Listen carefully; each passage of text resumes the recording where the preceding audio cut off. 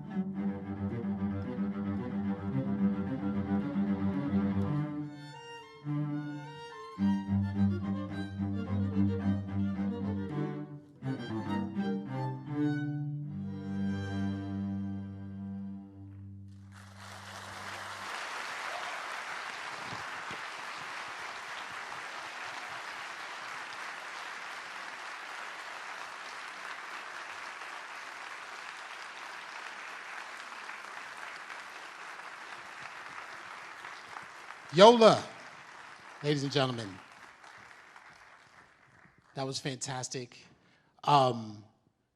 Again, I started out as a young musician and seeing young musicians choose the arts, not just as something that they do, but something that frames their education is just always beautiful. And when they can focus it and play like that, it's absolutely wonderful.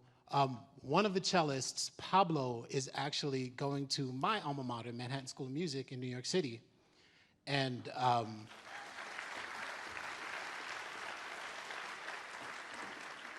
and I just have a word of advice for Pablo. I'll tell you what my father told me. Have a good time. Don't have a great time. It is New York. Thank you, Yola.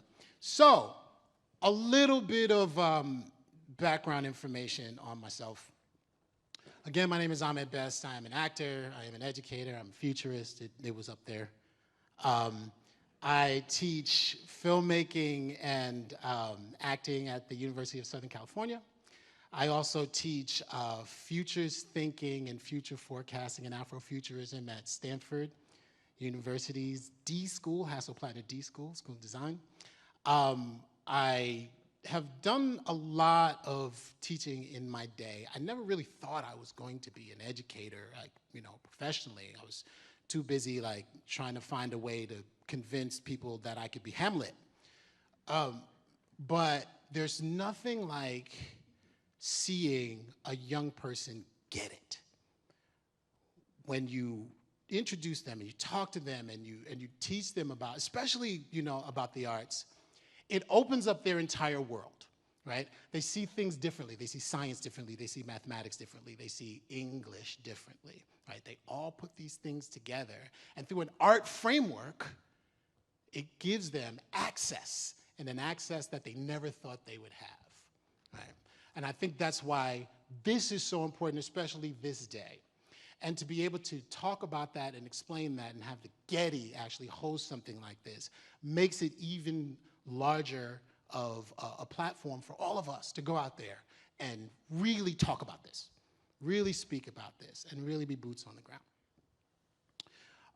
The person I think who can really solidify all of that is who's coming up next, the CEO of the Getty Trust, and a very good friend of mine who we ended up wearing the same thing, and she went back and changed. And I was thoroughly disappointed because she sent me an email that said #twinning, and just didn't happen. But without further ado, I would love to introduce Miss Catherine Fleming. Yeah.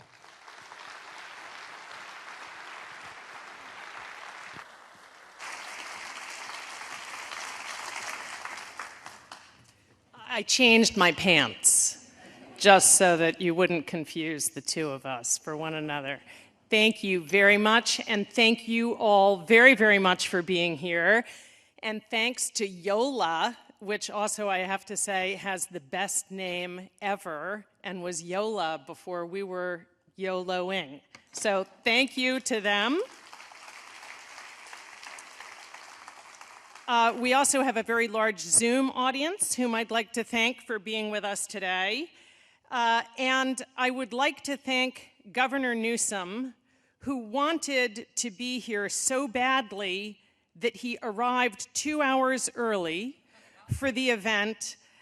In all seriousness, he came by to say hello to some of us and had to tend to a crisis, a true crisis in Sacramento, but wanted me to convey to all of you how important this event is and how pleased he is that we're getting together to have this conversation.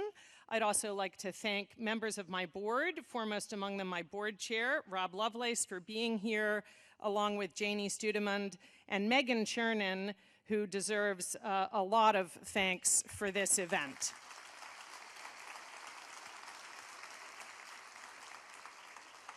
But we also have a lot of other super, super important people with us today, starting with teachers. Thank you.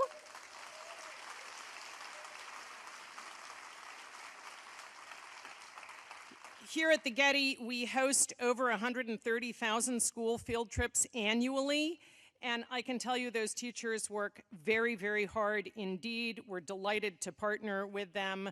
These are primarily Title I visits. We also have superintendents and school administrators from across the state. Thank you for joining us.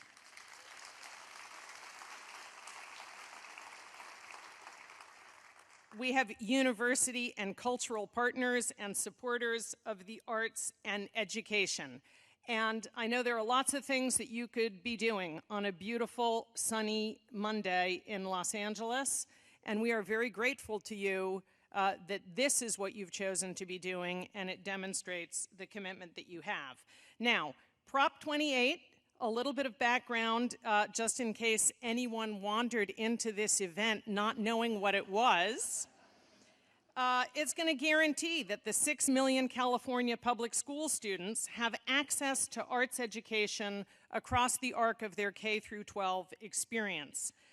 Consider that currently only 1 in 5 schools have full-time arts or music teachers, a figure that is shocking and dismal and that we're hoping to change.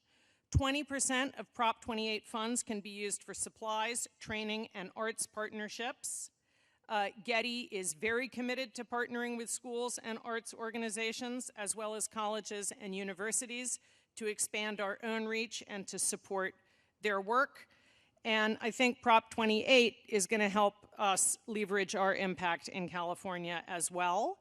I'm also delighted to be hosting this event because one of the things that Getty is able to do is pull together very disparate groups of people around topics of shared interest, sometimes topics that are difficult. You may have noticed that California politics at times is difficult, but we're happy to be wading into it in this instance. And then just a few things to liven up your day. Lunch. To which you're all invited, and you're also invited to view exhibitions after lunch. We have some really, really great things up. We have something brand new in our museum entrance hall that I would love for you to see. Mercedes Durame's Looking Back, which is an installation that explores how we position ourselves in relationship to the land that we inhabit, and is asking us to imagine a point of view that actually prioritizes its original caretakers. Then in the West Pavilion, we have Daoud Bey and Carrie Mae Weems in Dialogue, a fabulous photography exhibition. I encourage you to go and see that as well. And finally, since when things are time sensitive, it makes them even more appealing, I'll let you know that Judy Baca's mural, La Salsera, is up for just a few more days, so you should get it while it's hot. Now, I hope you have a truly fabulous day. Again, thank you so much for choosing to spend it with us. I very much look forward, as do all of you, to the conversation. And I now turn things back over to my twin.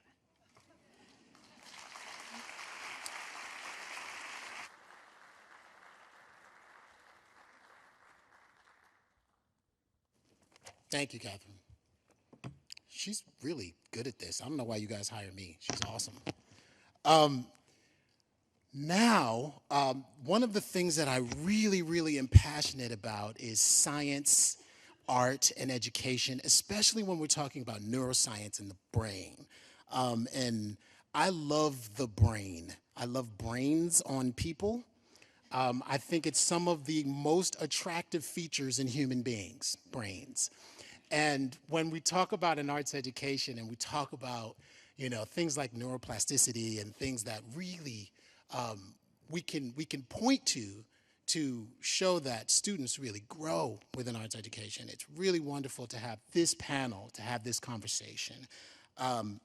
So I would love to introduce a conversation with the authors of Your Brain on Art, How the Arts Transforms Us, Susan Magsamen and Ivy Ross, with Deborah Cullinan.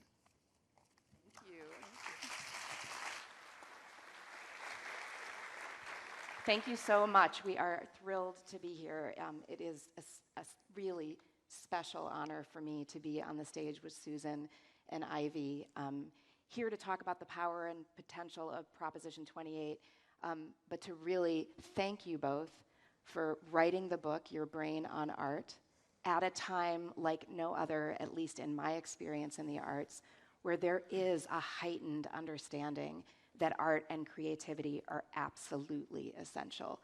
And the two of you have written something so timely that really can help us unleash this full potential. So I'm just going to say that we had breakfast earlier, and we were talking about a colleague, Dacher Kettner from UC Berkeley, and the book that he just came out with on awe and finding awe in daily life. And he talks about this thing called collective effervescence, this idea of collective movement. And when we as people, no matter what we believe in, no matter where we come from, move together, we experience a kind of awe. And I feel like this book is a call to action and Prop 28 for all of us to move together. So I'm really excited to get started. First question, why did you write this book? Well, it's in the last 20 years that science has been able to get inside our brains and actually see what's happening when you are either the maker or beholder of arts and aesthetics. And what it's proven is how imperative the arts and aesthetic experiences are for our health and well-being. And when we say the arts, we're talking about not just visual arts, but music, theater, dance, singing, even architecture, because place changes the way we think. And right now, especially with AI coming in, I think we're going to be handing off some of the rational things to our machines, and it's super important that we as a humanity collectively amplify these sensorial experiences to take us to the new level and to help us co-create with AI. So how have the arts shaped human development? Maybe I'll start and Ivy jump in. Well, first of all, this is a really big deal. That you guys are doing this is extraordinary, that the state of the arts is happening, and I'm so excited to be part of this initial conversation, because I think how we put the narrative together to share this work really matters. And the truth is that developmentally, we've been doing this since the beginning of humanity. So Ivy and I had the opportunity to interview E.O. Wilson, the evolutionary biologist at Harvard, before he passed. And what he helped us understand is two really big things. Is that when we captured fire and we brought it around to the community in the circle and we gathered, we danced, we sang, we created art, we shared values and ethics, we helped understand what was important in the community. It was how we learned skills, it's how we prepared for the future. Now, when I think about that, that sounds an awful lot like education. And we use those things because they were emotional and they were practical and they mattered to us and we needed to embody them. And I think so from a neurodevelopment, from an evolutionary perspective, that's always been something that it took that kind of knowing to be able to move us beyond other species. Yeah, and indigenous tribes, they didn't even have a word called art, because it was just the way they lived. It was culture. It was living. And I think that's what we're all, whether we realize it or not, want to get back to. That place where, I think we've been optimizing for productivity a lot since the Industrial Revolution, and we push the arts aside. And it's really our birthright. Yeah, it's so resonant for me. At Stanford, we have so many students who will major in computer science or engineering, but they are artists. They are practicing musicians. They are dancers. They are poets, and they're telling us that they want creative lives. Yeah. That there isn't this distinction, so it's really, really relevant. And to solve the problems of the future, I think we will have an artist and a scientist working together. That's right. And so it's important that all this muscle gets exercised. That's right. You mentioned some of the art forms, but we define art as creative self-expression. And so there are a lot of ways that you can move into that, but some of those ways that we want to express ourselves haven't even been invented yet. We haven't even done them yet. Right. Right. So what is happening in our bodies and in our minds when we are experiencing the arts? What's happening? So, I think one of the things we're sort of laying the groundwork for here is that we are truly wired for art. We're wired to create, and we're wired to behold. And so just to give a little bit of neurobiology on a Monday morning, when you're born with 100 billion neurons. And those neurons are really there to bring the world in. And the only way we bring the world in is through our sensory systems. And interestingly, we talk about 5 sensory systems. It's more likely we have 50 or more sensory systems that science is just starting to help us understand. And those senses come in, they engage these neurons, and they engage the synapses that create neural pathways.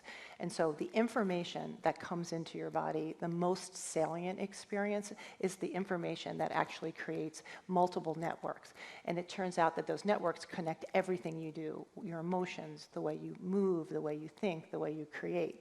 And so what's really important about this sort of basic fundamental science around how we learn and how neuroplasticity works is that arts and aesthetic experiences are the most salient experiences because they simultaneously connect multiple systems of the brain.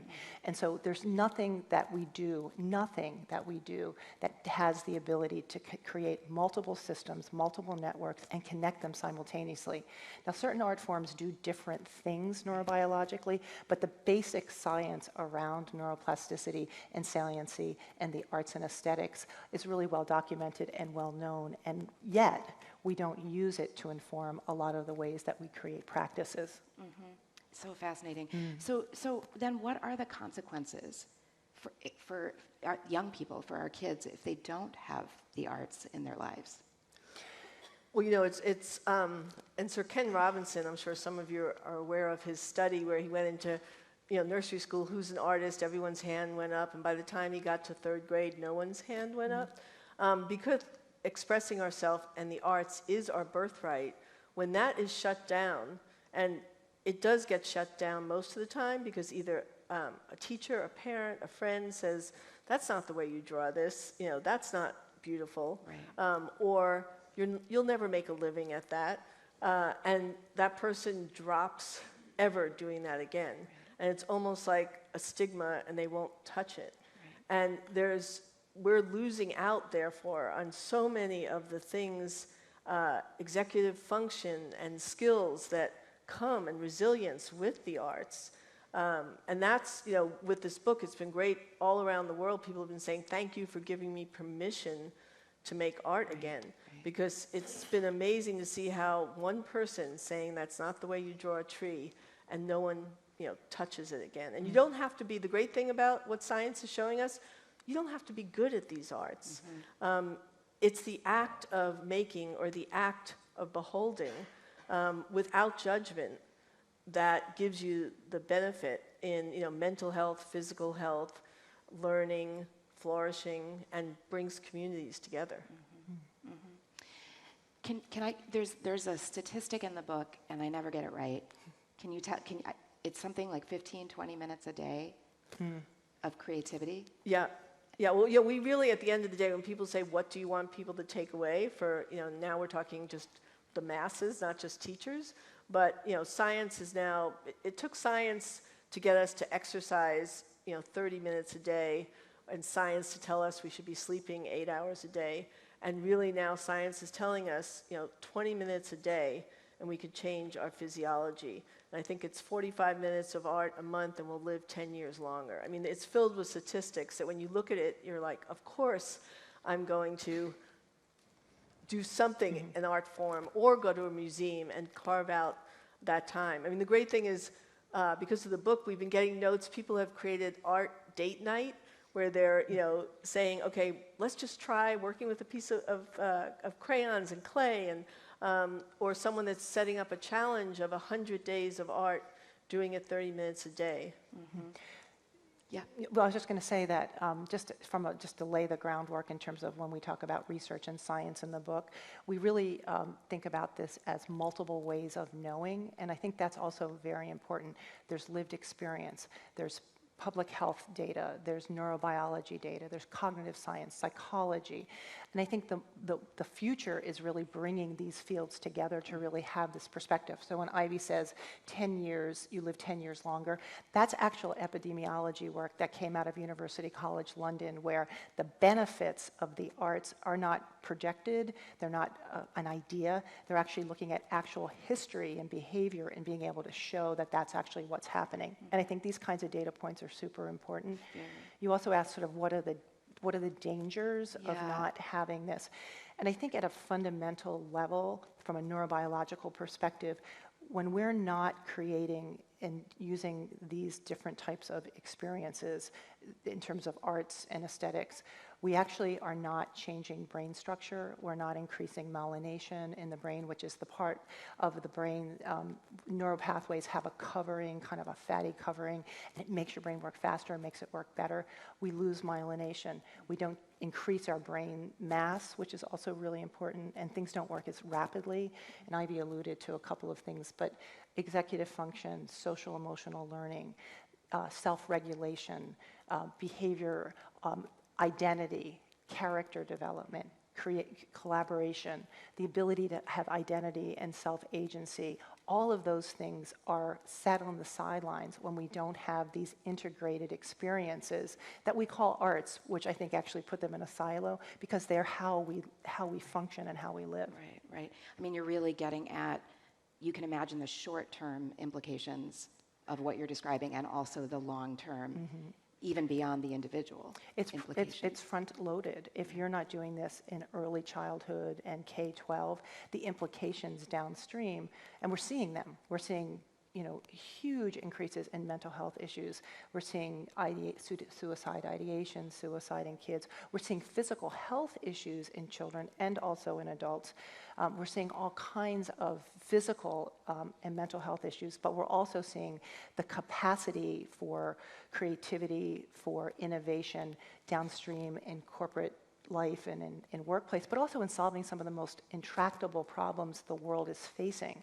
And so we're sort of like holding kids' hands behind their backs, putting them in a cage, and then say, could you fill out this little button, this little dot here, and pass the test? And it's the disconnect is really creating even more anxiety and stress, I think, in society. Yeah, we've already done this experiment. When Sputnik arrived on the scene, everything was about math and science, and the arts got pushed aside. And I love the fact that now science is coming full circle and saying, oh no, we have to bring the arts back in, because we've seen what happens in part when you take them out.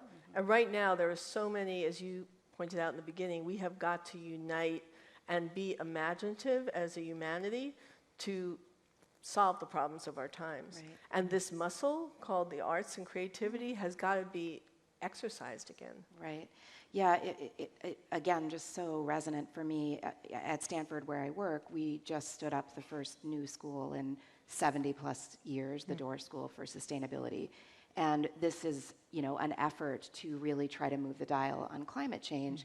And what I'm experiencing is that the scientists that are studying sea level rise, those that are studying the earth or farming, they are all coming to us because they want artists in their laboratories. They want to, they understand that the problem it is a human problem. It cannot be solved by science and technology alone. And artists, to what you said, Ivy, artists and scientists working together, pursuing different inquiries, different lines of inquiry towards a new way of thinking can really, I think is going to be so significant. And this is a field, this is a new field called neuro arts that's really lifting up all over the world. And so where we're bringing researchers and artists from all fields together to really figure out how the arts and aesthetics measurably change the brain and body and how that can be applied in health, well-being, in learning.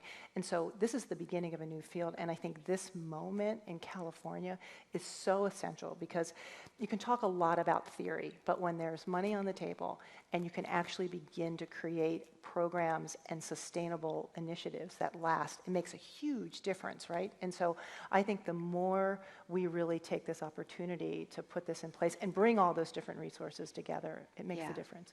So what are practical ways that the arts should be showing up in schools? Well, we believe that the arts should be woven throughout the school experience. Yes, you can have an art class, but once you understand the neurophysiology of the arts, one would understand why it should be woven throughout all the classes in terms of the approach to science, to English, to any of those different areas. And it's a yes and, right? Yeah, it's so, not either or. if you create a culture where the arts have value, and we pay for what we value. And so, yes, there needs to be 15,000 new art teachers in schools. And yes, this is great that this is at a hyper-local level, because that's really where the action happens.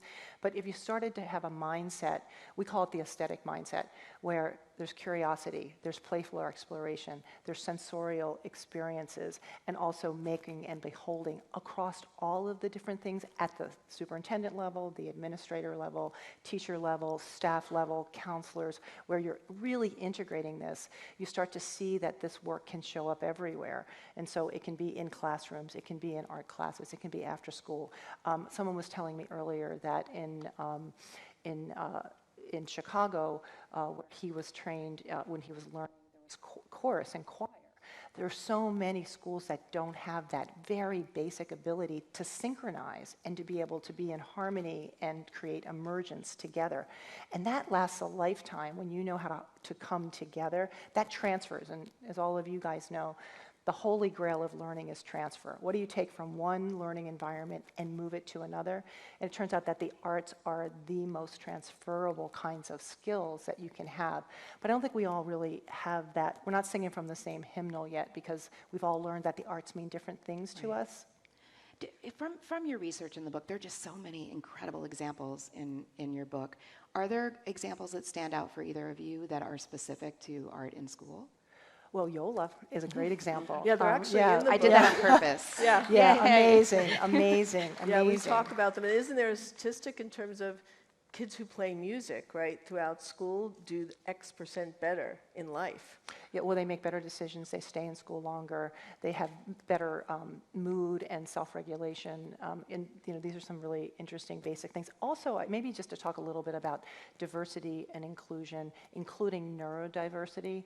We know that schools that integrate arts as part of their curriculum have much more respect and civil communities, and a sense of and higher social emotional development. And I think that also leads to this idea of being able to understand perspective taking. There's some work in the book around the default mode network. And for those of you that don't know sort of what that is, it's the part of the brain that goes to work when you're not bringing the world in, and it's where you daydream and you mind wander. It's where you decide what you like and what you don't like. It's very much built on your cultural experiences, your lived experiences, and to a certain extent genetics, but it's who you are, and uniquely you. Your brain is as unique as your fingerprint. And so when kids have an opportunity to understand their own perspectives, their own default mode networks, their own sort of self-dialogue, they're much better at being able to express who they are and also understand and appreciate the other people in their lives. And so that's part of something that gets integrated into some of the academic programs that we've seen that have been hugely successful. Mm-hmm. And through some of the research in the book, we came to the fact that actually art is one of the highest form of meditation. So, we're bringing meditation into the schools, and not everyone can meditate, but to get in that zone or that space where you are out of that cognitive mind for a little while and just working on a project, it is as beneficial as meditation. Yeah. Yeah. There's a program that I would like to mention, which is called Save the Children Heart. And it's a program that's all over the world that's for children K-12. And it's used to really build capacities for managing stress and anxiety. And I think right now that's one of the biggest issues that children are facing. And if you don't feel safe, and safety is not just the absence of threat, it's the ability to be able to share yourself and be vulnerable, you can't learn. And so I think, figuring out where we start and what are the pieces that come together, this work in managing mood and stress is really important. Yeah. So what are the pitfalls What could go wrong in the state of California? Nothing. Yeah, we're just going to sit up here all day. You got this. You got this. Totally, you've got this. Let us know. I do think that, cautionary tales, right? Cautionary tales are always really important. One of the things is that I think you can't think that you check the box because you got a new art teacher in the school. And that may seem like a low bar, but, and you want them in there. And so I'm not suggesting that you boil the ocean, but I think it's really important that you spend time understanding what you mean by art, what you mean by arts integration, and get the language together. In this field of neuro arts that we're building, we spent 2 years talking to people across all different disciplines, because what we realized is that everybody said the word and meant something different, and so you have to align, you have to coalesce, as Deborah was saying. I also think it's really important that the devil's in the detail, right?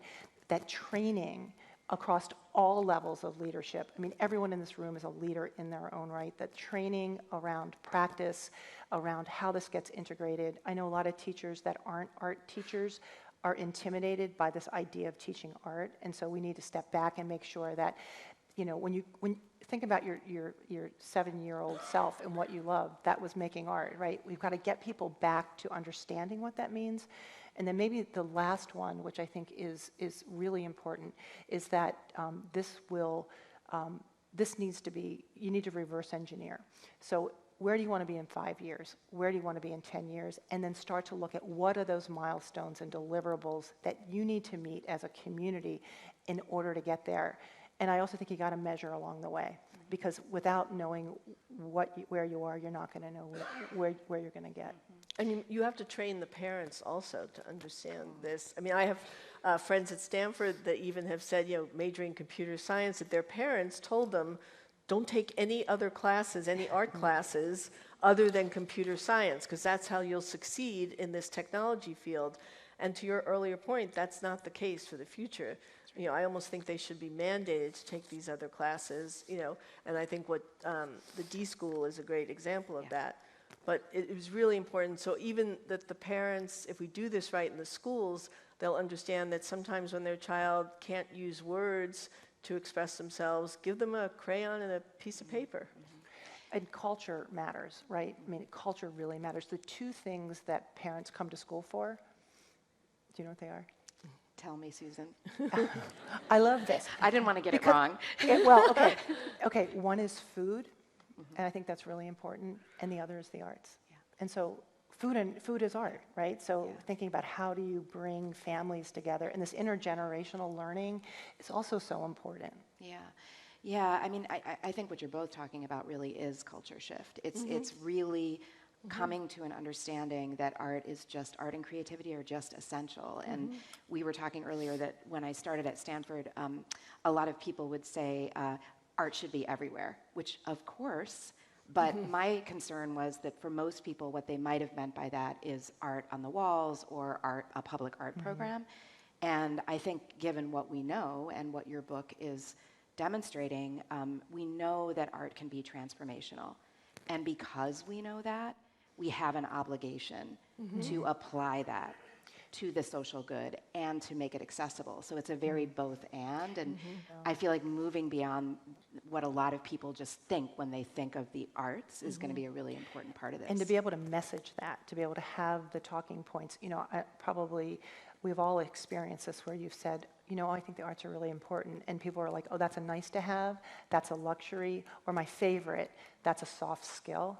And it's like, no, this is an essential way that we're wired, and without it, we're leaving so much on the table. And for those that are interested in ROI, this is where ROI really matters. And I think you will see the return on investment in all of these different ways that we've not even begun to calibrate it yet, what that really means, because we've so not had it. We didn't just turn the lights down on the arts, we flipped the switch. And I think it's going to, this is another, I think, important point, it's going to take time, but we can look at these levers that are going to give us some immediate gains. There's short-term gains, there's midterm gains, long-term gains. I think we need to really think carefully in reverse engineering what are the levers that we can turn on now, and how do we begin to sort of calibrate that? Yeah. You know, another conversation, Susan, that you and I have been in around core outcomes, the conversation that we have been having is around sort of the mounting evidence, not just for art and your brain, but art and health in so many different kinds of ways. And one of the challenges is that we have so many people who are doing this work and having transformational impact, but we're all kind of, quote, measuring it or finding the impact in different ways. How important do you think that is for Prop 28, that we have some shared sense of what the outcomes can be, so that as we measure, we can synthesize and we can understand and we can apply that to culture and policy shift? I think it's important for a number of reasons, the reasons that you're mentioning. But, so you certainly want to be able to validate it, but you really need to decide what outcomes are important. And that needs to happen with educators, that needs to happen with community leaders, with business leaders, so that the outcomes are really shared and built together, co-created together. I think that's really important. Also, we have a model in my lab at Hopkins called the impact thinking model, and it's a spiral. And the reason it's a spiral is because as you move through and you reach those outcome measures, you learn and you may change curriculum, you may change a technique, you may change the length of time that you're going to be doing some kind of intervention or practice. And so, if this is a new field where we're really bringing the arts in health, well-being, learning, we need to understand what dose and dosage really means, what success really looks like. And so I think it's really important. And outcome measures that go from community to educational institutions, even sometimes to the clinic, what are those shared outcome measures that we all are looking for in well-being, in cognitive capacity, in cognitive flexibility? What are those things that we're teaching our kids that help them actually also stay physically and mentally healthy and be able to really bring themselves and their full gifts to the world? So I think outcome measures, and you have to start them early, but you can also modify them as you go. And monitoring that after the children leave, right, and seeing how they do out in the world. I mean, we think California can be a model for the rest of the country if we do this right. Right. Yeah, someone said, well, Alexander Nemerov, art historian, said to me, do not make the case for the arts, demonstrate the consequential impact the arts have in our lives.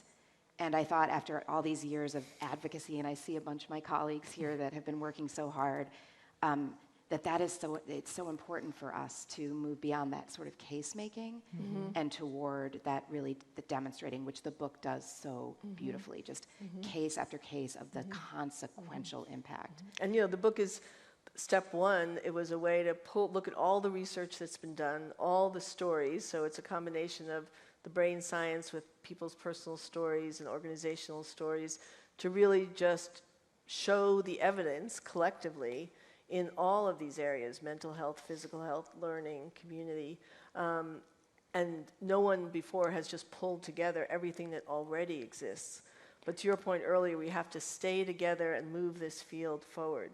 And continue the research and continue supporting the great practitioners and teachers, and also building career pathways to be able to be trained in the neurobiology of the arts as well as pedagogy, and to really think about policy and funding, which you are really beautifully started to do. And then the last piece is, how do you build capacity and leadership and communications? And I think we all have to be ambassadors for this work right now, and really bringing, you tell one person, somebody tells another, and we really start to make this a culture of arts and learning where it's as important as someone else was mentioning this idea that when soccer came to the United States, it was a little exotic, right? And it was, it was like, wow, that's pretty cool. Now soccer is in every school. Soccer is in every state. I was in Kansas City, and they're building a women's soccer field. And, how do we do that with the arts? How do we normalize the arts so that they're part of every single thing we do? Woven throughout. Yeah, I love that idea. It just goes back to the need to try to imagine ourselves into the future that we want to be. What does that really look like? So I think we're getting ready to wind down, and I'd like to just ask you both, if this beautiful vision comes to fruition, what does it look like? I think our children will be happier, healthier, and more prepared for the future, and more prepared to tackle the problems of our time and help us solve the problems of our time. Yeah, I think it's a game changer. I really think it's a total cultural shift, like nothing we've had in the last 100 years.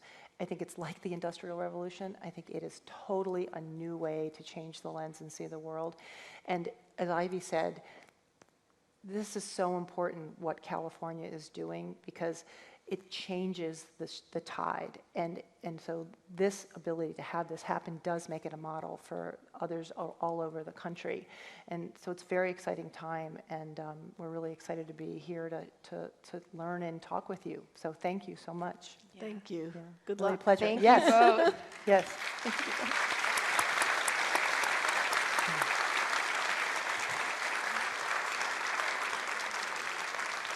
Thank you, Ivy. Thank you, Susan. Thank you, Deborah. Wow. I learned so much. That was just wonderful. That was a fantastic toolkit to make this case for Prop 28. I'm going to do something that I've always wanted to do. You are all going to get a copy of Your Brain on Art today at lunch. That's right, you get a book, and you get a book. This is my Oprah moment. I've always wanted to do that. Oh, man, I love the Getty. So we're going to be taking a short break to get caffeinated, and then we'll be back with our second half. Please come back. It's just going to get that much better, okay? We're taking a short break.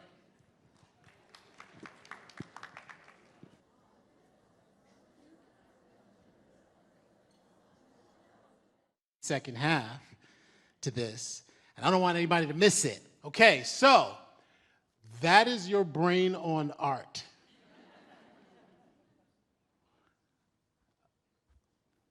I had to look at it twice because I felt like I was having a flashback from the 90s. So the artist, the wonderful artist who is responsible for this, that you saw this in the beginning when you first came out and you're seeing it now, is Rafiq Anadol. And Rafiq Anadol is an internationally renowned media artist, director, and pioneer in the aesthetics of machine intelligence. We've been talking a lot about aesthetics and neuroplasticity and what art does to your brain. And I believe Rafiq was the artist that contributed to the cover of Your Brain on Art. So when you all get your book this afternoon, it is Rafiq's art that you will be seeing on the cover. He currently resides in Los Angeles, where he owns and operates Rafiq Anadol Studio and RAS Lab. The studio's research practice centered around discovering and developing trailblazing approaches to data narratives. I love these. It's also, every time I read somebody's bio, I'm reading it and I'm amazed at the exact same time. Anadol is also teaching at UCLA. I'm just excited about it. I have to read it like I'm excited about it. Anadol is also teaching at UCLA's Department of Design, Media, Arts, for which he obtained his Master's of Fine Arts. Anadol's body of work addresses the challenges and the possibilities that ubiquitous computing has imposed on humanity and what it means to be a human in the age of AI. He explores how the perception and experience of time and space are radically changing now that machines dominate our everyday lives. That's very true. Anadol is intrigued by the ways in which the digital age and machine intelligence allow for new aesthetic technique to create enriched, immersive environments that offer a dynamic perception of space. And now, to take up your brain space and the space on the screen, we have a message from artist Rafiq Anadol. Hello everyone, I am Rafiq Anadol. I'm a media artist and director working and living in Los Angeles, California. Today, I cannot be with you physically due to my travels, but I'm sharing these kind and sincere notes to share my journey with you to support this meaningful and purposeful day. Hope to host you in our studio in Los Angeles anytime soon, and hope you enjoy my keynote. Let me begin by saying that what you have been looking at as California landscapes is not real. These are artificial landscapes created by a generative AI algorithm trained with a raw dataset of more than 155 million publicly available images of California's national parks. While the paintings, intricate and abstracted layers of machine-generated dreams, suggest an almost impossible connection with a cosmos of unimaginably vast data, it is natural pigments trigger a sense of belonging to the earth through a transformative experience. These AI data paintings manifest our vision of unfolding nature, datasets to attract attention to the disappearing natural beauties. It makes us aware of the fact that one day we might be left with only the artificial simulations of nature if we don't take action. It also reveals our unique approach to experimenting with generative AI tools as long-term collaboration projects to enhance human creativity and imagination rather than taking them as end products or tools. It was 2008 as an undergrad when I first started programming computers, when I first coined the term data painting. It was 2016, almost after 8 years, I was the very first artist in residence at Google. And I became one of the first artists was using AI in public space, AI to create data paintings, AI to create data sculptures, AI to create performing arts and beyond. I'm really grateful for California and its landscape of imagination, discoveries, and possibilities. I am optimistic about generative AI because of the potential for enhancing our memories. We as artists can utilize this potential not only to create simulations of nature, but also to help us remember what it feels to be immersed in nature in the digital age we currently live in. Our lives have become increasingly rooted in the digital world. The boundaries between nature and technology, virtual and physical, are blurring. With the assistance of a computer mind and our imagination, we can make any invisible space visible. Generative AI helps us create new realities and project on the world from a possibility space. Can we go to that possibility space? Can we experience it with all our senses? We can, but it requires the help of a machine. Let me take you all the way back to the moment when the seeds of these what some people might call crazy ideas were planted. I witnessed the power of curiosity and imagination when I was 8 years old, as a child growing up in Istanbul in a family of educators, teachers, and critical thinkers. I learned to learn very early ages. One day, my mom brought home a video cassette of the science fiction movie Blade Runner.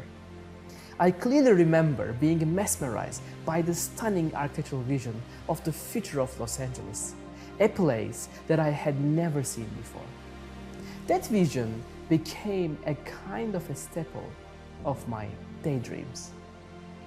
When I arrived in LA in 2012 for a graduate program in design media arts at UCLA, I rented a car and drove downtown to see that wonderful world of the near future. In the weeks that followed, I often found myself driving around the Walt Disney Concert Hall building and admiring its architectural qualities, my heroes Frank Gehry's cultural beacon and home of LA Philharmonic.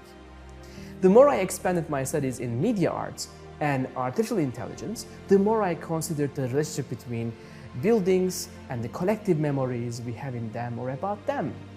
Dreaming about collecting the concert hall's archives with AI and projecting them back onto its iconic facade, I became invested in these questions. Can a building dream? Can it hallucinate? Can I paint with a thinking brush using data as pigment? When I shared these ideas with others in my community, they made a little bit fun of me. They told me to get a decent paying job with my skills, try surfing instead of pursuing such crazy ideas. But I did not listen to them. One day in 2013, I got invited to annual Science and Technology Symposium organized by Microsoft Research, which showcased the 10 best tech-related ideas from 10 best schools around the world. Each presenter had 8 minutes on stage, and you have whatever your dream is. When I woke up to the stage at the Microsoft headquarters in Seattle, among startups, entrepreneurs in serious suites, I had my shorts. I shared my dreams for the Walt Disney Concert Hall in the sincerest way from my heart. Jury said we listened to 10 who presented very ordinary things. Applications, startups, they are all after making a product or a service. The only artist was that boy in shorts. Just by what he told us, we felt that his imagination had to become a reality. This moment was one of the breaking points in my life. Then I realized my dream. I made the Walt Disney Concert Hall dream. I am grateful for Los Angeles and California to let the dreams become reality. Now we are a world-known art and design studio of 20 people, can speak 15 languages and represent 10 countries. And our next dream is to open the world's very first Museum of AI here in Los Angeles called Dataland. I do hope to invite you all to this extraordinary feature of reality, and I do hope to collaborate with you all for this new museum called Dataland. I believe in the power of the collective imagination of the humanity. Immersive media arts has emerged as an important physical and imaginative space where people from any age, background, culture, and profession can enter dialogues with each other and create and think freely. For that reason, we need more diverse voices in the field, and this can be achieved by supporting arts education and training in public schools. In addition to my art practice, I teach in the Department of the Design Media Arts at UCLA, where I also obtained my master's degree, second degree, and returned to pass down my knowledge.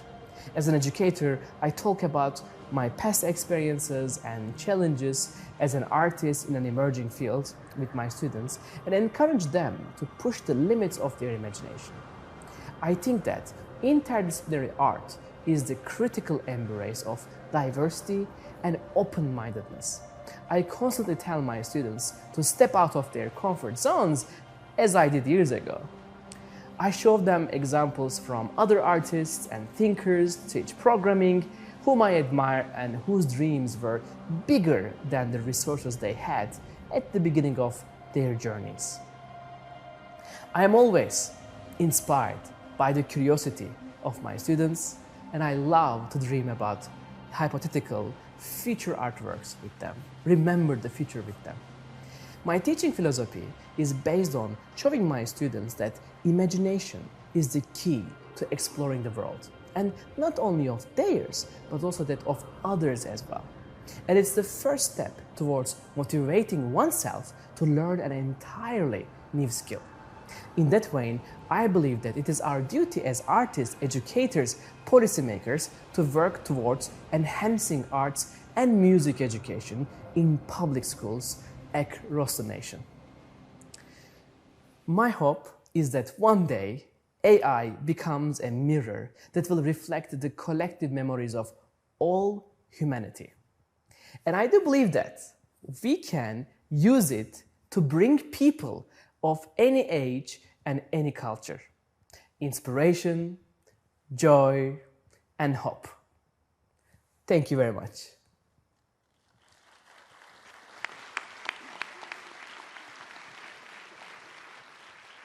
Wow. Thank you, Rafiq, Anadol, wherever you are out there in AI. The imagination, I think that's one of the biggest things that we can do for young people when we talk about arts education. We can give them agency and license to dream, to imagine, and to know that someone like Rafiq is possible, that there is a way, that there is a method, that there are steps you can take to actually do that and to have a studio, I think is one of the strengths that we can have with this proposition as we talk about it. It gives young people the idea that those type of things are possible, right? And that's one of the things that I wanted as a young person growing up in school from education. It's just this idea that we can imagine, and that imagination can actually lead you into building something that the world has never seen before. I think that's the beauty of this, and I think that's why this next panel is so very important, and why we really need to talk about what it is that we are talking about. So I would love to invite Tony Thurman, Erica Beck, Anna Marie Francois, and Mark Slavkin to the stage so we can have a gritty Proposition 28 conversation.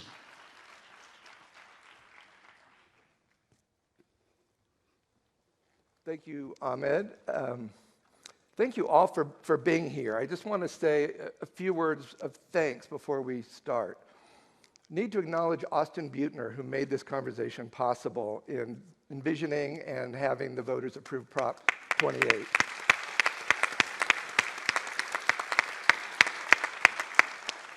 And I want to thank Megan Chernin and President Fleming and Elizabeth Escamilla and the whole Getty team for inviting me to be part of this.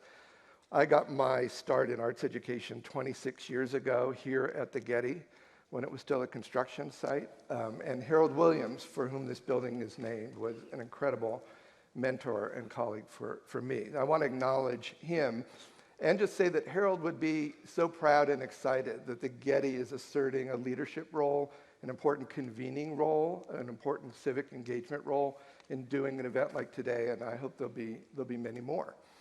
So with that, let me thank all of you for being part of the panel and for the work that you're doing. I want to start, Superintendent, with you. Superintendent for Public Instruction for California is a challenging job. No, never. Yes or no? And you've lived through a pandemic and a mental health crisis and lots of difficult issues. But here comes Prop 28 that is just full of joy and funding to really change the landscape of schools in California. So I'd love to hear your sense of what does this mean now and looking ahead for schools in California? Kind of what's sort of your vision to make this happen? Thank you. I understand there are a lot of school leaders here. I want to give a big shout out to all of our educators. Let's have a round of applause for all of our educators. I was told, Mark, to show up and bring the money for the schools, and it's all backstage, ready for you to take back to your school districts when you're ready. This moment is significant, right? We have known forever that art supports many things, including academic achievement, our students' social development, as you saw from the last presentation, creativity. You can even teach various subjects. We can integrate art into so many subjects. And so this is just an incredible moment for me to be leading the California Department of Education as we implement the funding of Prop 28. But I have to tell you, it just takes me back to my own days as a student who was in the basement trying to be a break dancer, who was, I'll show you the moves, don't worry, who was, in the choir and drama and really trying to find my voice as a student. When I think about what arts and music has meant to me personally, it is special to me that we can add arts education and music education to what we do now in California, where we guarantee that every 3- and 4-year-old will have access to preschool, universal meals for every hungry student, and we're guaranteeing that our kids will learn to read by 2026. This is a very special time for the state of California and our students. Do you feel like you have the staff team, like number of people, expertise in arts education, capacity, bandwidth, to implement? This is a huge $900 million plus deal that's going to touch every school in California. Do you feel like you have that team in place, or what can we do to help you get that team in place? Well, we have a great team who are here today. You'll meet them. Steve Zimmer, who many of you know here in LA, who's one of our deputy superintendents. Nancy Portillo, who's also a deputy superintendent, and Robert Perez. We have a great team who is here, but in order to really make this work, we need more educators. We are offering a $20,000 scholarship for anyone who wants to become a teacher. We're with two great, yeah, that's a great place to put your hands together. We're with two incredible leaders of institutions that help our folks become educators, but we're going to have to move fast. And we really need to be thoughtful about how we recruit more educators, how we support school districts. There are a lot of questions. Everyone's asking, when's the money going to arrive? Right now, the legislature and others are making decisions about how to implement this so that it gets implemented with equity. Because for far too long, getting access to arts meant if you lived in the right neighborhood or the right zip code, that you'd get it. But getting access to arts is the ultimate equity act, and let's provide it for all of our kids. And so we could use a few more people to help make that happen, but if you all could help us as we begin our recruitment campaign to recruit educators, just send me a note, 1-800-TONY, where you at? You can literally send a note to us 24/7 at teachandca@cde.ca.gov, and we can help anyone who's thinking about becoming a teacher, getting a credential, needing the scholarship. We even have an intern. We have a program that might make it possible for someone who's been a practitioner, a musician, or an artist to teach in our schools with a little bit of support. We invite you all to help us as we build out the workforce to help make this happen. Great. A lot of the questions now are, how does the waiver process work? The measure says 80% for school employees, 20% can be used for other things, but you can get a waiver. So not that we know today, but like who's going to figure out the waiver process? Whose email is going to receive all those waiver requests? And the other issue is supplementing versus supplanting, and we're hearing from folks across the state that districts are using the new money to like backfill and not add. So you mentioned some people, but do you have like the frontline people with an email address and a phone number that we can begin to engage with? Let me get my cell phone out. Just Tony@TonyThurman.com. No, listen. I heard the murmur when you used the word supplanting. It is a law that there cannot be any supplanting. And so no teacher should get laid off to say, oh, we're going to hire you back under Prop $28. No teacher or classified staff should get fired or administrator because now that we have new money. The whole intent of this nearly $1 billion is to make sure that we can add to what we have so that every student has access. If anyone has evidence of any district that is making a bad decision around staffing, I want to hear from you directly because there's no place for that. This money is guaranteed to support all of our districts and charters all across the state to have access to these resources. And so there'll still be some questions getting worked out about the waiver, but the whole point of saying 80% for staffing is because you can't really provide the creativity and the journey and the love of arts and music education without a great educator at the head of those classrooms for each of our students. And that's what we are going to provide for California students. Great. Thank you. So let me turn to President Beck. Cal State Northridge has long been a leader in preparing teachers, including teachers in music and art. There's a global teacher shortage, and we now have a new demand for art teachers. What's sort of your vision or hope of the leadership role that you and CSUN can play, directly or in collaboration with other institutions, to help make the vision the superintendent laid out, make that a reality so that there are quality educators for every student? Yeah, well, we're so proud to be one of the largest facilitators of teachers in the state of California and an extraordinary program in the Michael D. Eisner College of Education on our campus. But we are also home to some really spectacular art, dance, music, theater programs, and we are also home to the Eunice and Soraya Nazarian Center for the Performing Arts. So when it comes to academically, we sort of have the trifecta. And we're also really proud, going to the equity piece, that we are the 5th most diverse university in the country.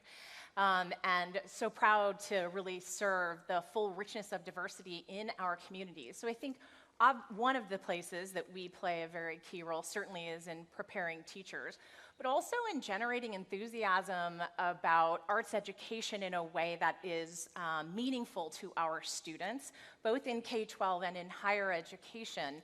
and really helping to facilitate the development of culturally responsive arts education that can get our students really engaged, you know, in reflecting their human experience, their lived experiences, and that piece of expression. I have actually really enjoyed talking about sort of vision and framing, how many times in this conversation today AI and technology have come up. Because it's one of the things that we think about a lot as well. You know, in a future of work where anything that can be automated through AI will be, it leaves space for the humans to do the things that only humans can do, deeply human work. And so we need arts and humanities curriculum, both within K-12 into the university, in such a way that our students are able to become not just successful students, because we know culturally relevant, responsive programming is one way to get them engaged, but also to the universities, and then out into the workforce, where if a machine can read lab results, it is the physician who can communicate deeply and authentically with their patients that will be successful. So in addition to having artists working alongside scientists and engineers, it's also embedding it throughout the entire curriculum. So we're really excited. This is a watershed moment, I think, and working together, trying to really amplify the possibilities that exist here. Cal State Northridge is all in working both with our higher ed partners, our K-12 partners, but also community, business, and industry. And I think we can do some pretty important things together. Do you feel like you have either the funding in place or the funding available or the funding incentives available to ramp up and expand your capacity to prepare more teachers, or are you at some sort of limit or cap currently? Well, we certainly have the capacity, so that's not at issue, and we have the extraordinary faculty and programs and all of those. We're learning as we're going. This is new, and a post-Prop 28 world is different than where we were before, and so that will take deep collaboration amongst educational partners and trying to sort through what that means and what do our teachers need to have to be prepared to flourish. But I think it also means generating enthusiasm for the imperative of arts education for the future of civic society, community, and the future of work.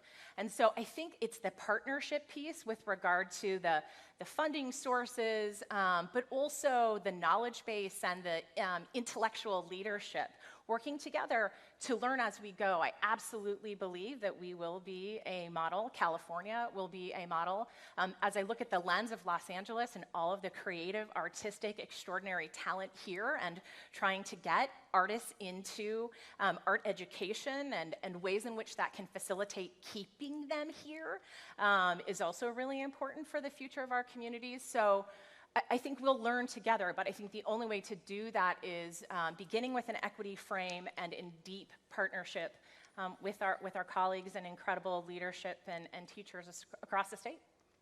Can I remark about this? Please remark, and then I'm going to ask you a question. I know you are. I think that when we talk about capacity, universities that prepare teachers, we always have the capacity to grow, and we always have the will to grow. I think what we get stuck in, particularly with moments like these, is we think about what is as opposed to what could we create. I was really interested this morning to hear one of the panelists evoke the words of the late Sir Ken Robinson, and she said, we've educated the creativity out of young people. And I would say that in many ways we've educated the creativity out of those of us who make policy around teacher preparation, development, and support. And I think that we've got a lot of pathways to teaching that are traditional, right? And for folks that want to go through a traditional pathway, there's like 6 different pathways that we offer. There are also some pretty underutilized pathways for folks who aspire to become teachers, but they're not trying to stop working as practicing artists in this case. They need a way to get in quickly, yes, and also have the knowledge, skills, and abilities to be the teacher. If I could just, for a couple moments, I know you've got a lot of questions, but I had the privilege of talking to Ahmed this morning briefly. And I've been in teacher education now for a long time. And he pushed my thinking around how we think about teacher readiness for the field. And that if you think about teaching artists, or practicing artists, I should say, most of them have already had interactions with, taught in K-12 schools and after-school programs on a volunteer basis, as part of community-based organizations, as part of the Getty. They've done that work, right? And so they may be situated a little differently to enter the field, because while they were doing that work, they're not only practicing their discipline, but they're learning something about child development, adolescent development, language development, all the things we care about in teacher education that we hold up as, before you can go into schools to be a teacher, these are the things you need to know in addition to your discipline. So I would challenge us to unlearn something about how to become a teacher and to be as innovative and creative as we are asking our young people to be in K-12 schools.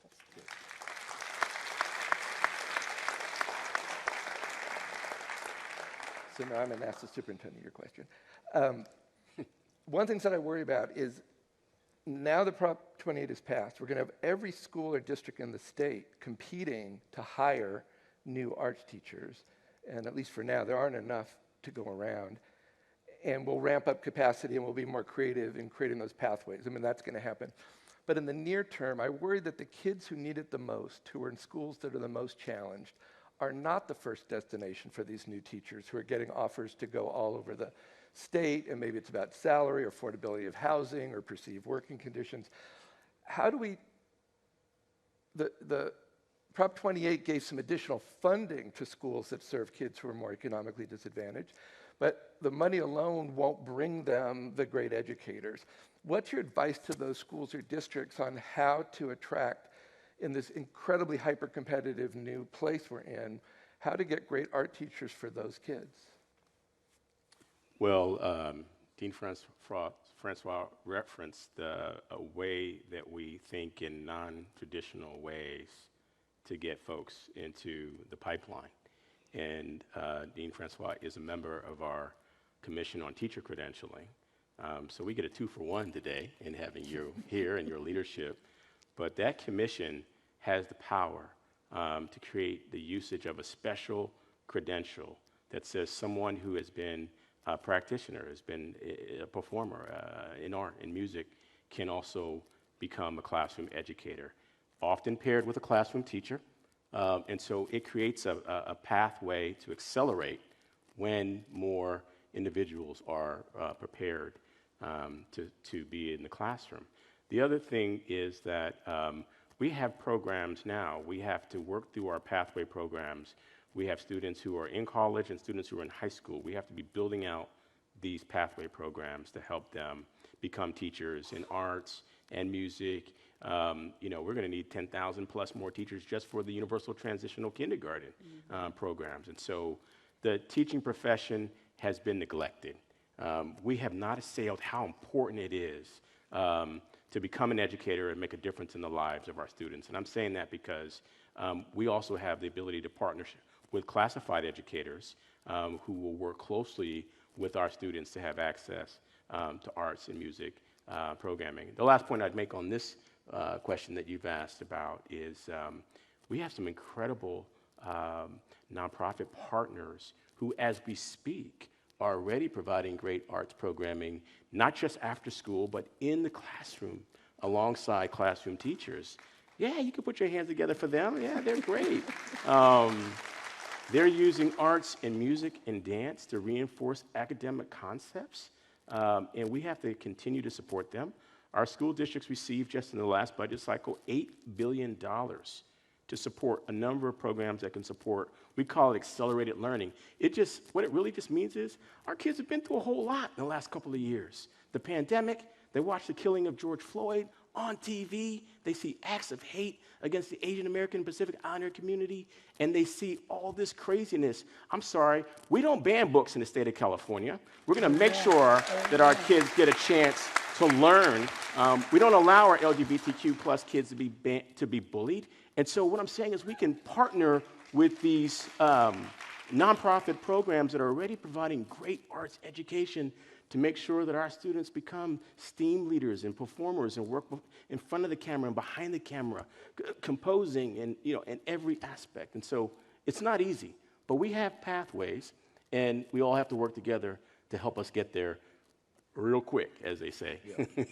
Well, and let's not forget the benefits that we have reaped over the last few years, mainly because of your priorities in the state around diversity and supporting first-generation students, BIPOC students, as entry into college.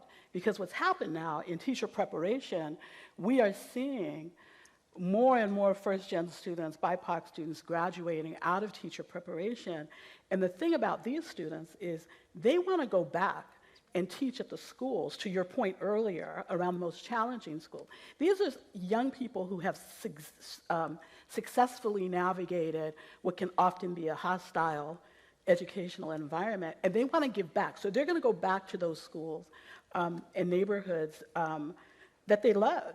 And I think that that could probably be said for our practicing artists who are working in community-based arts programs and beyond, wanting to become teachers in those very same communities.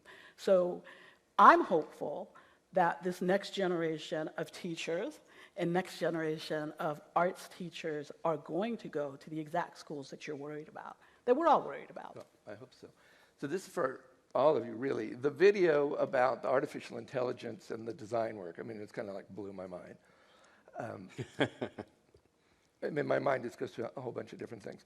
But when we look at how arts education is sort of embedded in schools and maybe even universities, we have something called VAPA, Visual and Performing Arts. We have content standards and frameworks divided into music, dance, theater, visual art.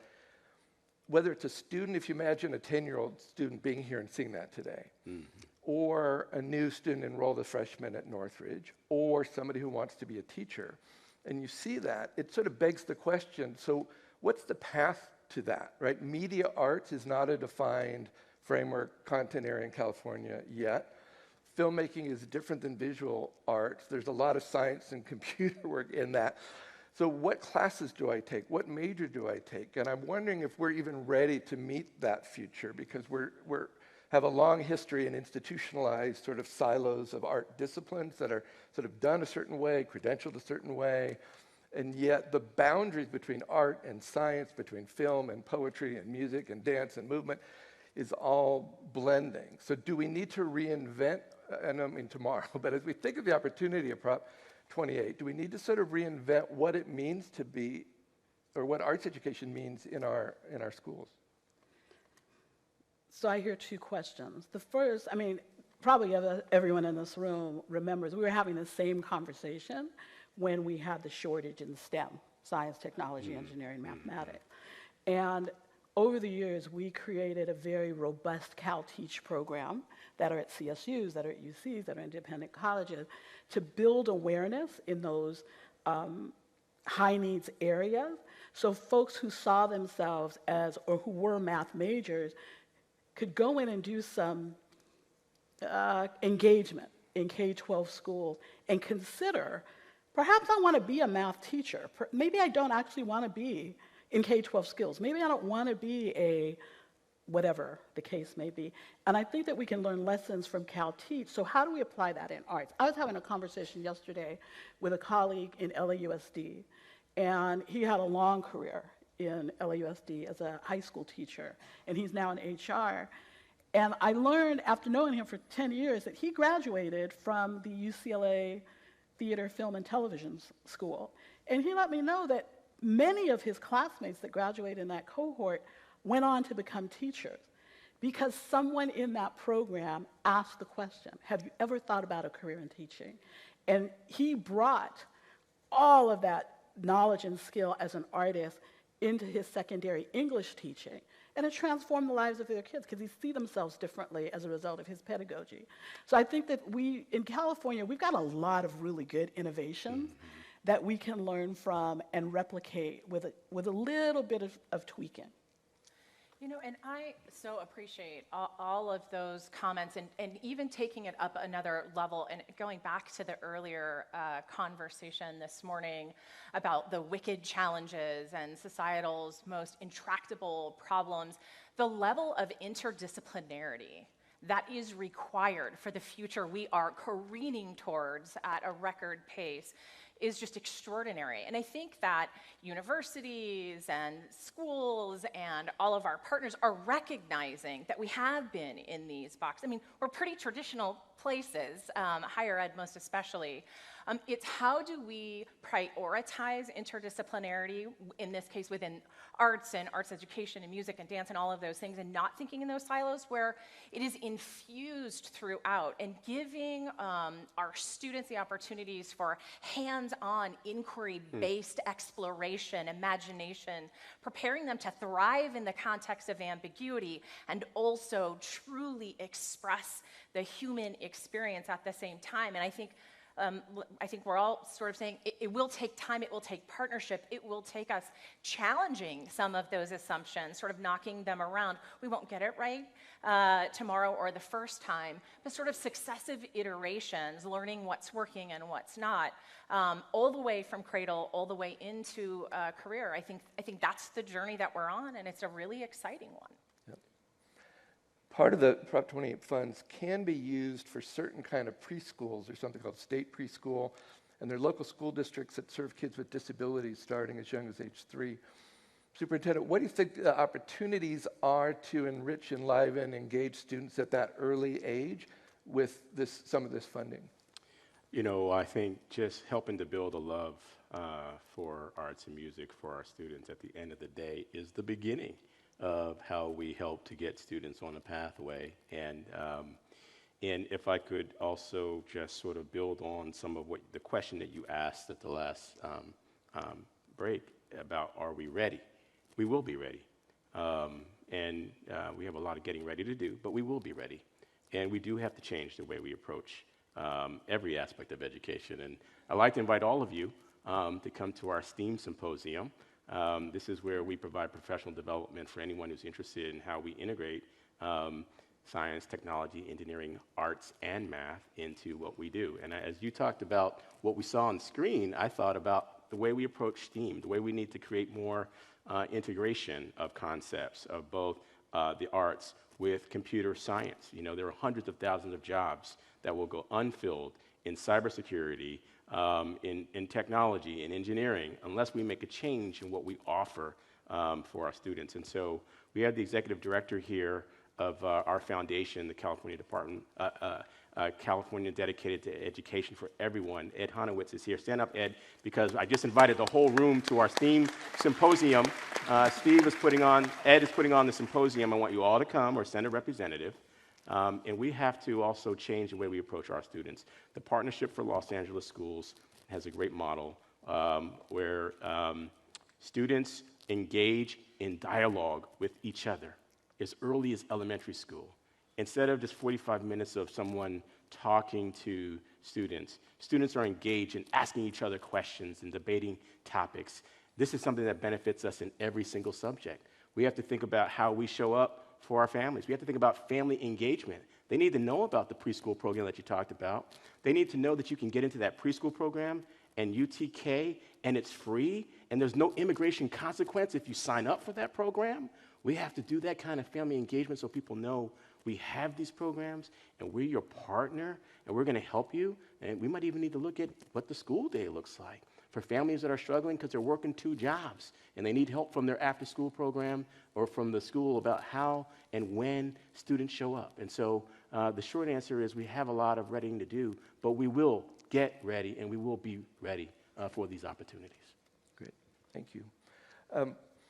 We talked about artists and practitioners who could sort of use this opportunity to become even initially classified employees to work alongside a teacher, but to bring, we're talking about culturally relevant arts instruction, artists who are the torchbearers for tradition in communities that truly value that, but are really not reflected in those who necessarily get a teaching credential and sort of go that.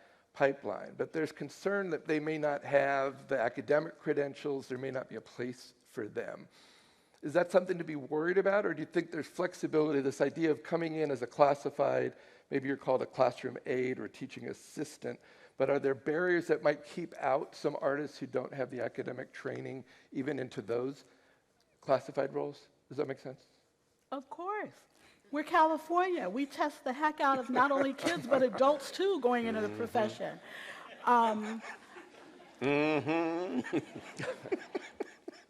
I need to elaborate on that, but the answer is yes. Well, I didn't mean it like as a yes-no question, true or false, true or false question. But I would just lift that up as something to address, that we unwittingly can exclude people who have so much cultural brilliance, for lack of a better word, to share with young people, but may not fit like the round peg in a square hole into a school bureaucracy, and they might remain on the outside. So arts education means so much different things to different people in different communities that I'm hoping we make space to celebrate all that and not try to make it all sort of a vanilla version of arts education, for lack of a better term. I've been in this world long enough to know that we get things done that we care about. Right? And it takes folks to just say, and I'm going to say this about the intern program. I was about ready to say something totally inappropriate for this audience. Say it anyway. Reel myself back in and not say that. But I mean, look at the intern program in its present form. A teaching artist coming in, taking 160 hours of pre-service training, becoming a full-time teacher of record after that, and then going through the process of earning a credential via academic transcript review, subject matter requirements, et cetera, et cetera, et cetera. And think about what I just said about what Ahmed schooled me on before this program started. I feel like there's a variation of the intern program that we could create that gives credit for the experience that they have, both in terms of their content, they're artists, they have a content, their pedagogy, they've worked in K-12 schools or in community-based organizations with young people in some way, shape, or form, so they have clinical practice, so to speak, even if it's an informal setting, that should count for something. That's right. And there shouldn't be we shouldn't have the gatekeepers of traditional assessments, which, by the way, we already know is not an indicator of whether you're going to be a good teacher or not. If you can pass the CSET, the CBEST, the RECA, don't get me started on all those tests. I think that we can create something like that, and I think that when we have a superintendent of public instruction that thinks outside of the box, this is our time. This is our time, and we have funding for arts education. So those are our people. What you gonna do?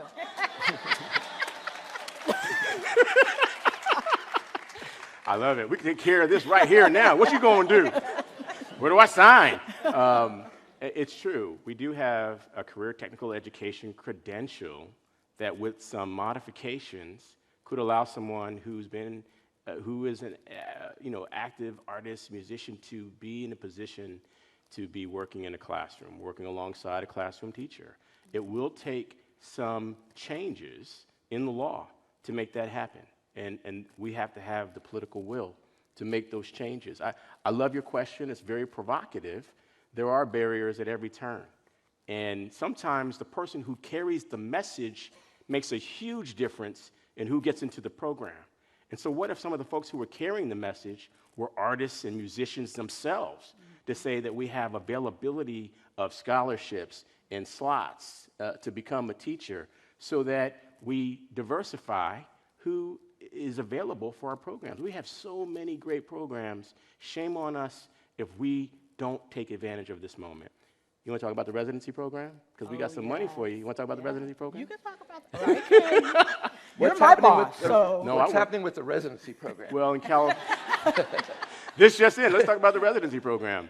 We offer, historically, California has offered someone who wants to be a resident. You get to learn about teaching alongside a veteran teacher.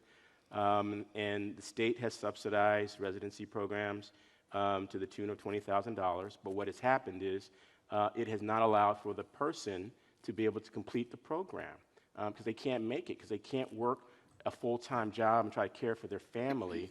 And so this year we sponsored a bill that made its way into the budget that's probably about to be signed any moment or voted on any moment that makes the residency program now $40,000 for someone who was in the program, so they have some money to sustain themselves while they are learning to become a teacher. Because let's face it, it's great to have the content knowledge, but we should not throw someone to a classroom who hasn't had some support around classroom management and what you're gonna have to deal with, right? You went, right? We should provide all the supports, because if we don't, we do a disservice to our students, right? We have to have training that is full scope, including addressing bias for the practitioner, because there are many times when someone says, "Oh, this student, you're not really good for this program. You're better for that program." We should not be doing that anywhere, and certainly not in California. And so we have tremendous opportunities with the residency program, with the scholarship. It's called the Golden State Teacher Grant, and that's $20,000 to get a credential. We even have 3,000 positions at colleges and universities where someone can become a tutor, a paid tutor or mentor, and at the same time earn, as an undergrad, and earn $10,000 towards their education. We can blend all these funding sources together. But if we don't get the best recruitment messengers out there to spread that word, we will miss the opportunity to reach some of these fine candidates who maybe don't always get considered. And so we can do this. We will do this. We have the right people leading our institutions of higher education.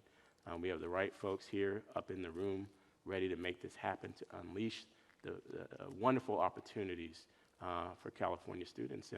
And we at the California Department of Education stand by, ready to help every step of the way. Great. Who has the power to declare an official shortage area for teachers in visual and performing arts? And does that matter? If it were declared a shortage, does that unlock different funding or different resources, or is that more symbolic?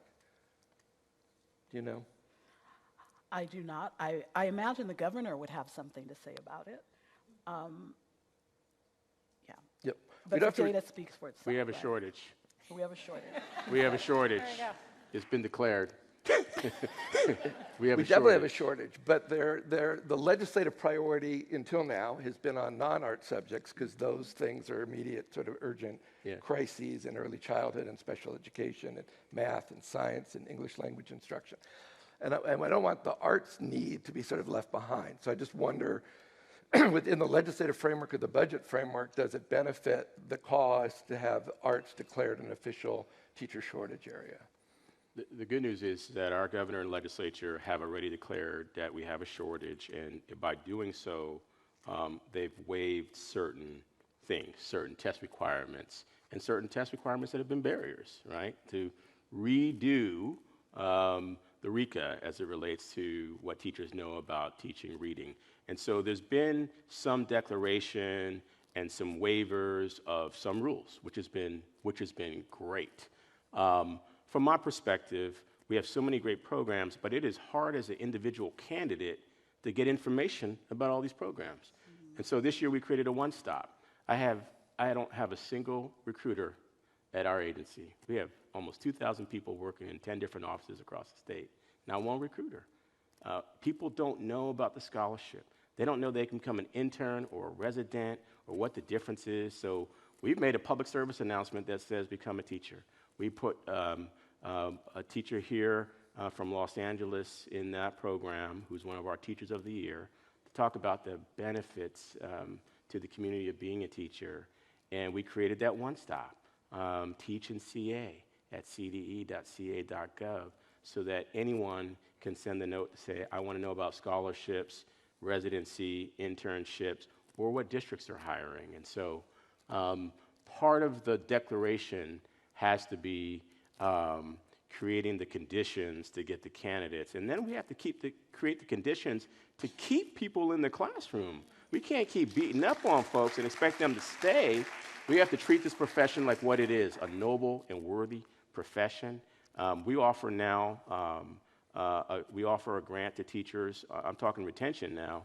We offer a grant for teachers that when they go through the National Board Certification Program, when you go through this program, you can earn $5,000 a year every year more for 4 years.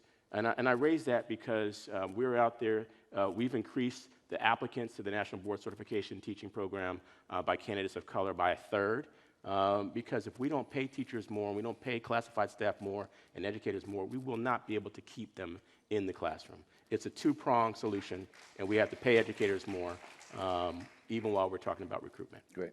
That's a good note to end on. I want to thank you all for being here today, but for the important roles you continue to play in advancing this agenda of ensuring every kid in the state has opportunities for quality education that includes the arts. So thank you, and thank you all for listening. Thank you. Thank you.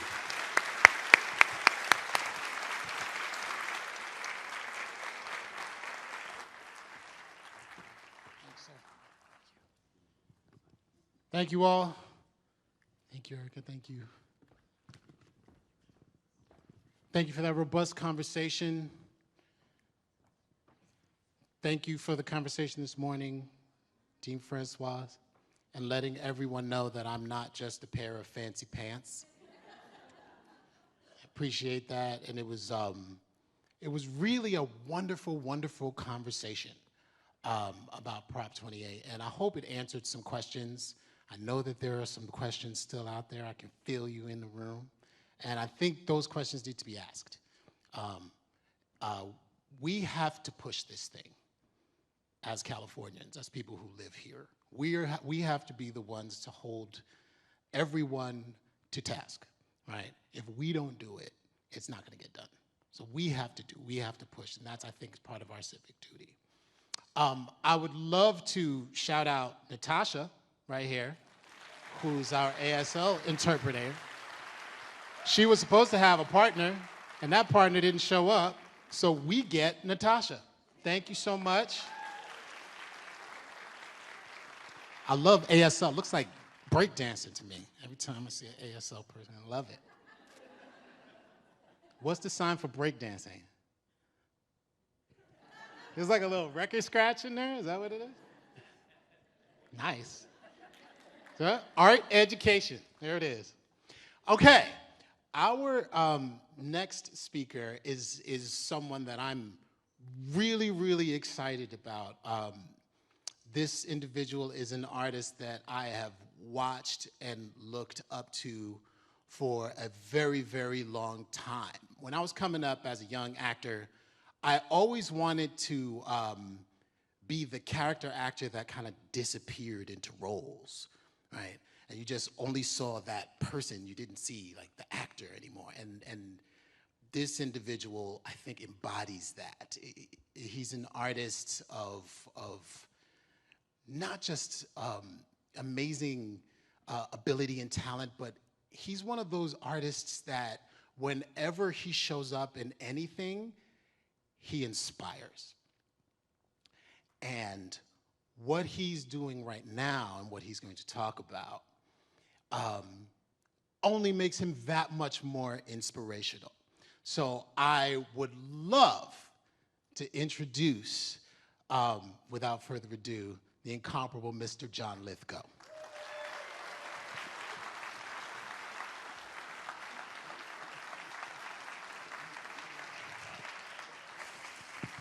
Thank you. Thanks so much, Ahmed, for that perfectly wonderful introduction. Ahmed Best, my new old friend. I just met him, 2.5 hours ago, and he is extraordinary, and you've done a wonderful job today. So thank you for that. Give him.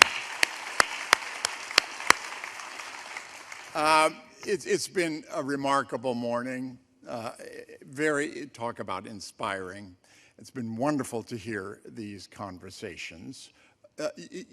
Among all of you, you've provided me with a very difficult act to follow. I realize my job here is basically to provide the dessert. I have good news for you. I'm going to introduce a movie, a little movie. So you have that to look forward to. It'll be the last thing in the morning. The carrot on the stick, call it that. Well, the dessert. This movie is only about 2 minutes long. It's a little sizzle reel. It's a teaser. And it represents a project that I've been working on for the last 3 or 4 years. I'm just simply going to tell you the origin story of that in my remarks, which I will try to keep as brief as I can. It makes a good story, so I'm ending with a fun story, which I think all of you will respond to. I am preaching to the converted, of course. We're all here on behalf of arts and education, and that's what this little 2-minute movie is all about. Here's the story. A year ago, well, I wrapped up a 3-year tenure as the co-chair of an arts commission instituted by the American Academy of Arts and Sciences. I was the co-chair with Deborah Rutter of the Kennedy Center and Natasha Trethewey, our Pulitzer Prize-winning 2-time poet laureate. Our remit was to examine the state of the arts in America right now and to deeply research it and to make recommendations. This was a 3-year period, and about 2 years of the middle of that, the pandemic struck, so it became a different commission from the one that started, but in a way, an even more urgent one. In many areas of American life, the arts were in crisis. Well, that crisis was only exacerbated, like so many other areas of our lives, by the pandemic.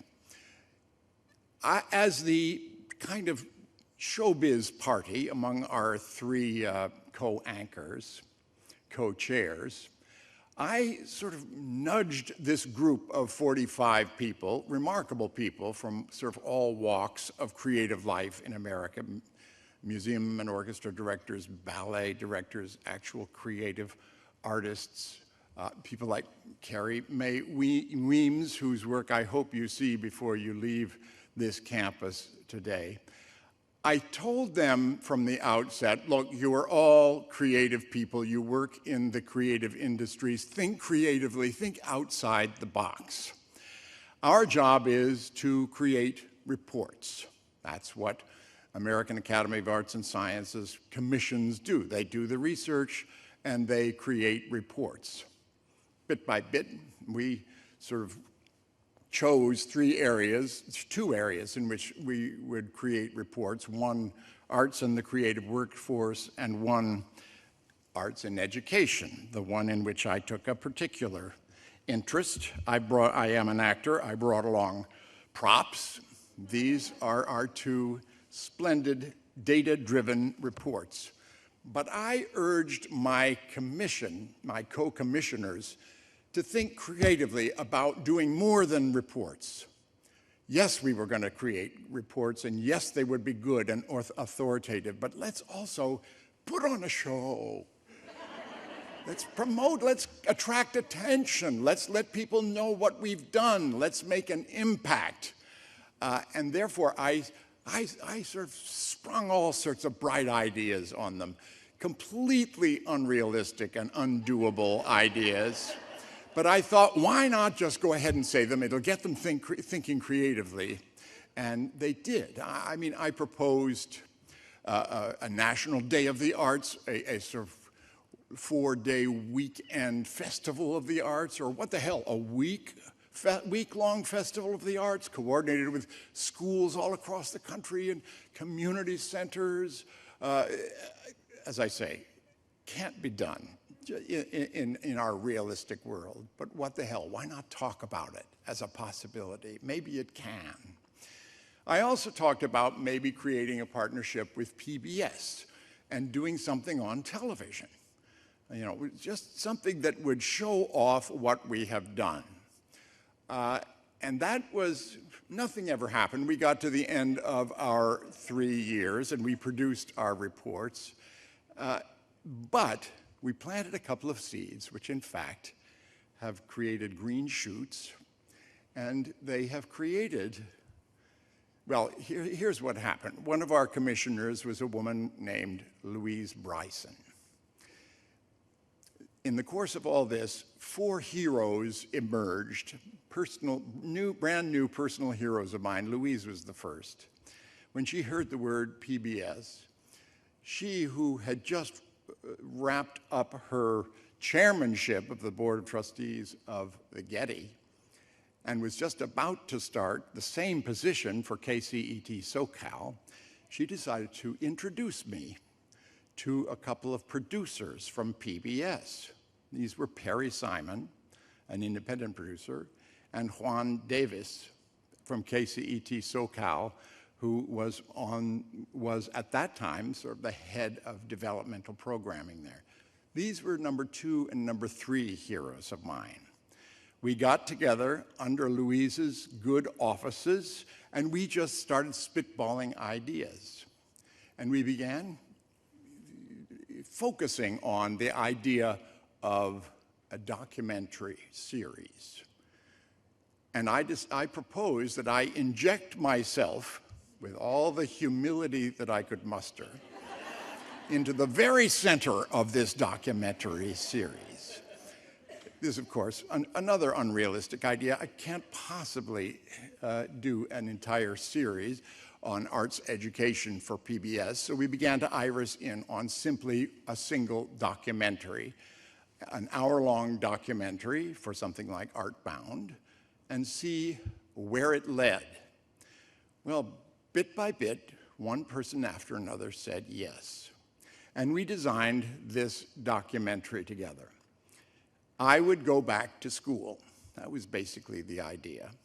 I, who had a wonderful, treasured history as a young student in middle school and high school in arts and education, I would go back to art classes with 4 great teachers, 4 different schools, and 4 different cohorts of students, ranging in age from 9 years old to about 15 or 16 or 17. And in those 4 different areas, ceramics, printmaking, vocal jazz ensemble, and ethnic dance, I would hurl myself into the project with a bunch of kids who did all these things better than I did. We saw this as a tribute to teachers. Number 1, advocating for arts in education. Number 2, celebrating great teaching and great teachers. I said to Juan and Perry and Louise, what we have to do is capture somehow for the public's consumption that ineffable moment when a great teacher and an eager student really connect. See if there's some way we can dramatize that in real life rather than in fiction. And I will do this by being a bad student among good students and watch a great teacher teach students to become great teachers of me. We called it Art Happens Here. And it's about a week away from being completely finished in post-production. The only finished part of it, completely finished part of it now, is the little teaser that you're going to see.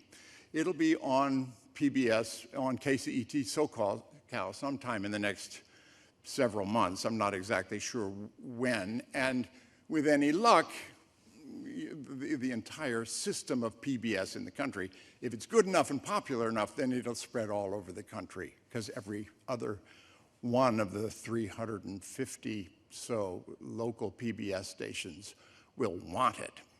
That's our ambition. I'm very proud of it. It's something that's very serious-minded, takes this subject very seriously, but it's as hilarious and delightful as well. I think you're going to enjoy the little bit of it you're going to see. There was another thing. This was a big, big deal for me. I spent well, a long, long time developing it, but November and December of last year actually shooting this, beautifully organized by Juan and Perry, having sussed out all sorts of great settings to actually accomplish this in. But at the same time, Louise looked at the lay of the land and she realized, wait a minute, something is going on here that John should be a part of. And that was the campaign to get Prop 28 passed. So she engineered another meeting between me and Austin Butner. And from that moment on, I became a sort of part-time poster boy, sort of his side man. I did a lot of Zooms, just sort of campaigning for Prop 28. And to my delight, first of all,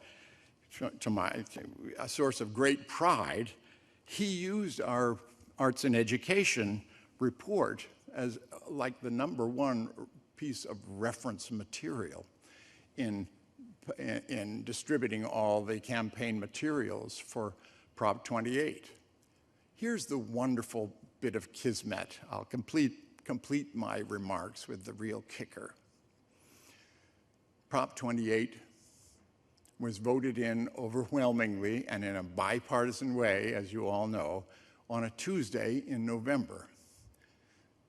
4 nights later, on Friday night, I did my first night of shooting at the Debbie Allen Dance Academy, dancing with a whole bunch of little kids. Everything is coming together. And a big part of that coming together is me coming together with all of you today. So I want to thank Louise, of course. I want to thank Austin, my 4th hero. I want to thank Catherine Fleming and the Getty Center, and thank all of you for being on the side of the angels. You are my heroes. Ahmed Best is my new best friend, and all of you, you're my heroes. And with that, I will conclude by showing you all my little sizzle reel. Are you ready to broadcast it up there? That's right.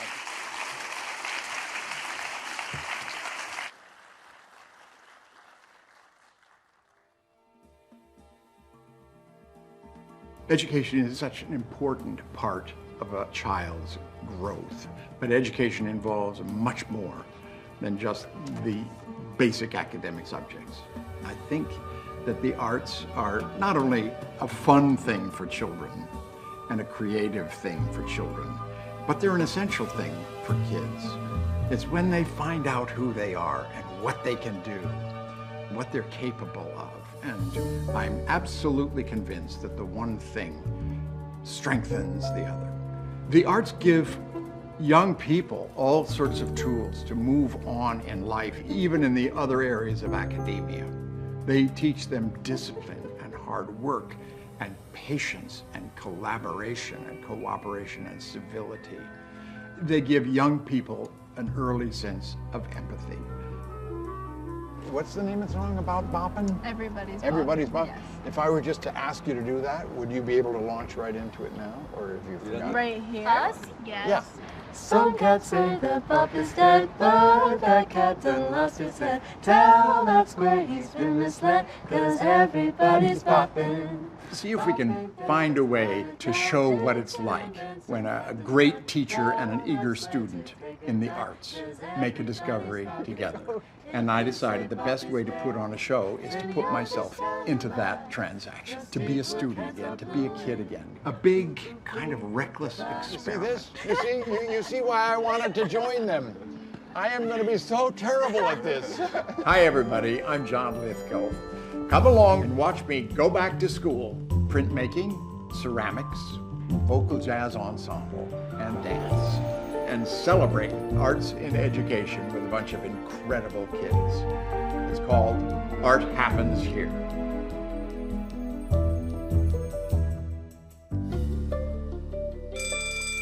I think that's the bell. Let's go to class.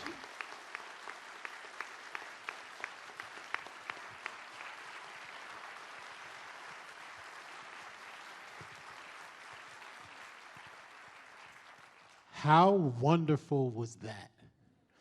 I was looking around the room at everybody's face, and everybody was looking at it the same way. We were all like this. How beautiful. Thank you so much, John Lithgow. That was gorgeous. So I'll tell you what I struggled with when I was first asked to be a teacher. As an artist, there's always this thing in the back of your mind where it's like, one day, it's over, right? And when I was asked to be a teacher, I was like, am I still an artist? Like, can I still create? You know, it takes a lot of time to be an artist. It takes a lot of energy. It takes a lot of brain power. It takes a lot of creativity. It takes a lot of courage and heart. And I didn't know if I was ready to be an educator. I felt like I still had a lot more art in me. What I learned about myself was being an educator made me more of an artist than I could have possibly imagined. And the magic that I found being able to translate what I loved, what I thought was beautiful, to someone else and have them see it and understand it and accept it and take it in as part of themselves just made me grow even further as an artist. And it made me want to do more. It also made me want to teach more. And it made me want to think about how I taught in a different way. Arts was always this thing that those weird kids did over there. Right? All the serious people were like mathematicians and scientists, and then art was this weird thing. And I've found as I've gotten older and I've talked to more scientists and I've talked to more mathematicians and more philosophers and psychologists and psychiatrists that we share so much more than the disciplines have allowed us to think we shared. And we have to come together more in these spaces with our arts because our arts make us better mathematicians and better psychiatrists and better scientists and better. We enhance, right? Sketch comedy, we always say yes and, right? The arts yes ands everything in education. And it is more important now that we as artists are in these classrooms as educators. The future is not something that could just happen to us, right? The future is something that we should have agency over. Every single one of us is entitled to a future. Every single one of us is entitled to an optimistic future. And in order to build that optimistic future, we have to be allowed to dream. We have to be allowed to imagine. And those dreams and that imagination is cultivated through an arts education. That's how we do it. So we are building the future. And we have to use Prop 28 to mandate that future in which we have agency over. I would love to thank Catherine Fleming, Elizabeth, Kelly Jane, everyone who allowed me to be part of this today. It is an incredibly special and wonderful thing to be a part of. A lot of talking happened today, and I know we're preaching to the choir, but what I'm looking for, personally, is to take everything that I've learned here today and take it out there. Get down off this hill, go into the streets, and start talking about it in a real way and make it accessible. Yeah, and my hope is you all feel the exact same way about it. So thank you all so very much for being here. Thank you for a wonderful conversation. Thank you for all your smiles. Thank you for Natasha and her ASL. Thank you for accepting my kente cloth pants. Thank you, I agree. And please enjoy your lunch, enjoy your books. Thank you all for being here. Have a wonderful, wonderful, wonderful, wonderful week.